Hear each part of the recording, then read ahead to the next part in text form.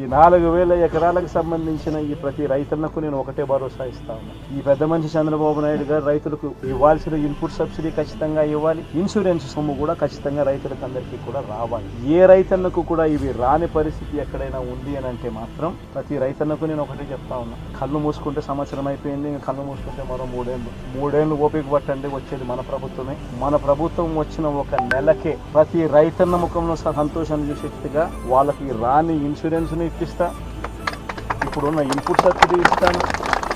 ఇవ్వడమే కాకుండా ప్రతి రైతన్నకు 2023లో ఏ రకంగా ప్రతి రైతన్నకు 50,000 రూపాయలు మళ్ళా ఇచ్చినట్టుగా ఆ డబ్బు కూడా మళ్ళా ఇచ్చే కార్యక్రమం కూడా ఖచ్చితంగా ప్రతి రైతన్నకు నేను భరోసా ఇచ్చి నేను ఈ విషయం చెప్తా ఉన్నాను. అధికారంలో మనం లేము, ప్రతిపక్షంలో మనం ఉన్నాం. అంతో ఎంతో చేసే కార్యక్రమం మాత్రం ఖచ్చితంగా చేసే కార్యక్రమం